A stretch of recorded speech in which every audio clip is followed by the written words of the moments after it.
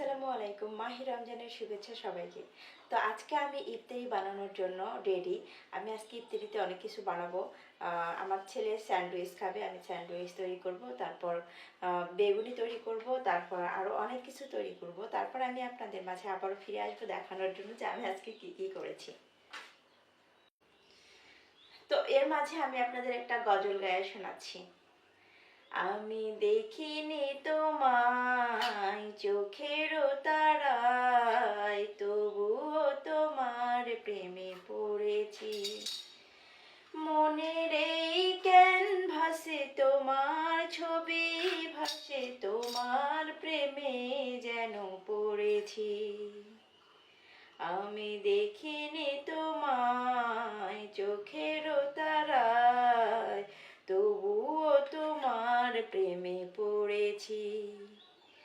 মনের এই ক্যানভাসে তোমার ছবি ভাসে, তোমার প্রেমে যেন পড়েছি। আমি দেখিনি তোমায় চোখের তারায়, তবুও তোমার প্রেমে পড়েছি। ওহুদের ময়দানে রক্ত ঝরালে দিন কায়েমের জন্য।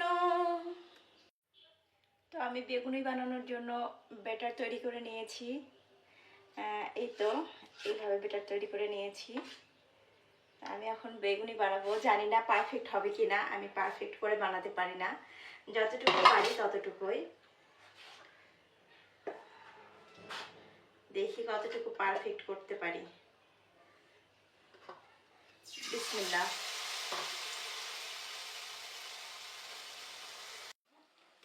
তো যাই হোক, দোকানের মতো অত পারফেক্ট আমরা করতে পারবো না, কারণ দোকানে অনেক কিছু দেয়। বাড়ির তৈরি যে কোনো জিনিসই হোক না কেন, যেমনই হোক না কেন, সেটাই অনেক স্বাস্থ্যকর হয়।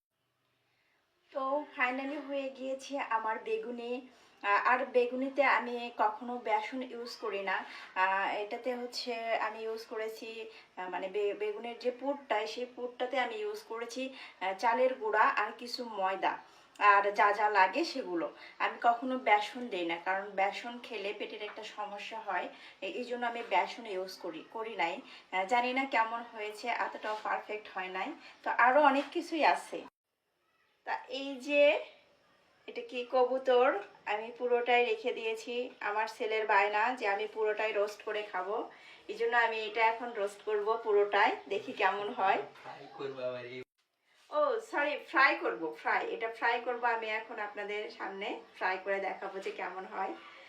প্রথমবারের মতো ফ্রাই করতেছি, কেমন হয়।